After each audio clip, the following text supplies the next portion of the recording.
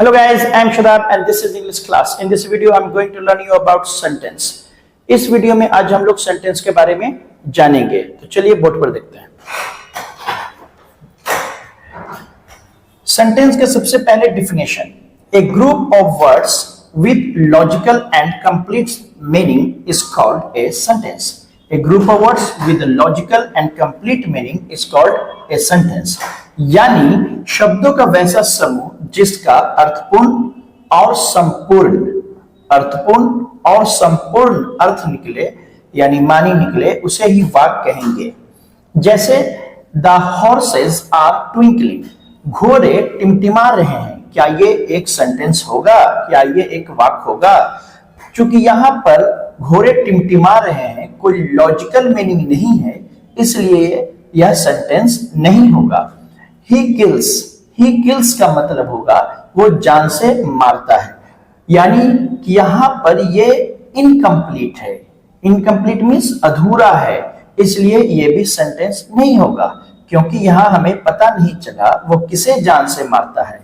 अगर यहाँ पर होता he kills a rat, he kills a snake या कुछ भी ऑब्जेक्ट वहां पर होता, तब यह वाक्य अपने आप में पूरा होता और तब यह सेंटेंस कहलाता. ये दोनों सेंटेंस नहीं है.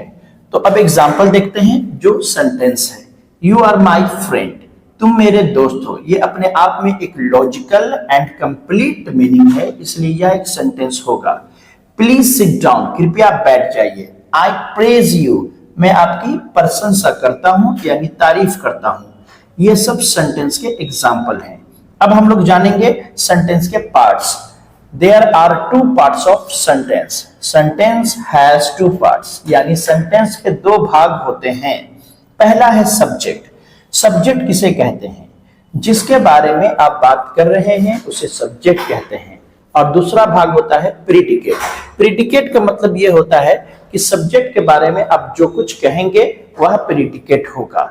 तो सब्जेक्ट को इंग्लिश में हम लोग डिफिनेशन ये बनाएंगे. whom you are talking about is called subject. whom you are talking about is called subject. यानी कि आप जिसके बारे में भी बात करेंगे उसे सब्जेक्ट कहा जाएगा. और predicate, what is said about subject is called predicate. यानी सब्जेक्ट के बारे में आप जो कुछ कहेंगे वह आपका प्रीडिकेट होगा. अब आ जाइए एग्जाम्पल में कुछ. जब तक इसे हम लोग पिकअप नहीं करेंगे, छाटेंगे नहीं, तब तक आप इसको बेहतरीन तरीके से नहीं समझ सकते हैं. इसलिए पहला एग्जाम्पल देखें. She is my relative.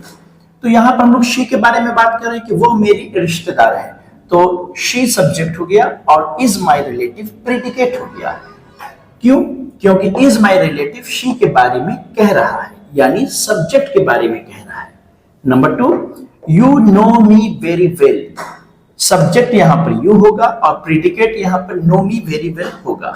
Number 3, the pen is mightier than sword. The pen यहां पर सब्जेक्ट है, इज माइटर देन सॉर्ड, यानी कलम जो होता है वो तलवार से ज्यादा ताकतवर होता है. खैर ये तो कहने की बात है, इसको कोटेशन की तरह आप इसको रट भी लेंगे. द पेन सब्जेक्ट होगा, पेन के बारे में कहा गया है, is mightier than sword, predicate होगा. Number 4, Virat is the king of cricket. Virat subject है और is the king of cricket predicate होगा. India and China are enemies. India and China subject है और इसके बारे में कहा गया है आर एनिमीज, यानी कि ये प्रीडिकेट होगा. I love you and your dog. I subject है, आई के बारे में कहा जा रहा है love you and your dog, ये प्रीडिकेट होगा. Number 7, the water of the Son. The water of Son is sandy. Son नदी का पानी बालूयाई है. तो यहां पर आपका जो सब्जेक्ट है थोड़ा लंबा सब्जेक्ट होगा और यहां पर ये पूरा मिला के सब्जेक्ट कहलाएगा, यानी द वाटर ऑफ सोन. क्योंकि आप सोन नदी का पानी के बारे में बात कर रहे हैं, इसलिए the water of Son subject होगा.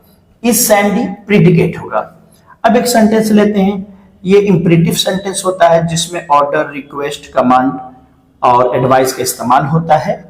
जैसे एक सेंटेंस लेते हैं, शट अप. शट अप में सब्जेक्ट छुपा हुआ रहता है यू, इसलिए आप यूज सब्जेक्ट इसको बताएंगे और शट अप बन जाएगा predicate.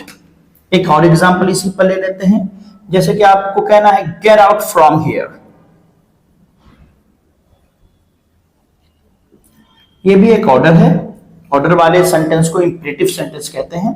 Get out from here जो है, यहां पर सब्जेक्ट छुपा हुआ है और सब्जेक्ट इस तरह के सेंटेंस में हमेशा यूज सब्जेक्ट होगा, क्योंकि आप ऑर्डर, एडवाइस, रिक्वेस्ट, कमांड सामने वाले को देते हैं, इसीलिए हमेशा सब्जेक्ट यू होगा और वो छुपा हुआ रहता है, इसलिए इसको ब्रैकेट में रखा गया है। यू हमारा सब्जेक्ट होगा और get out from here predicate होगा।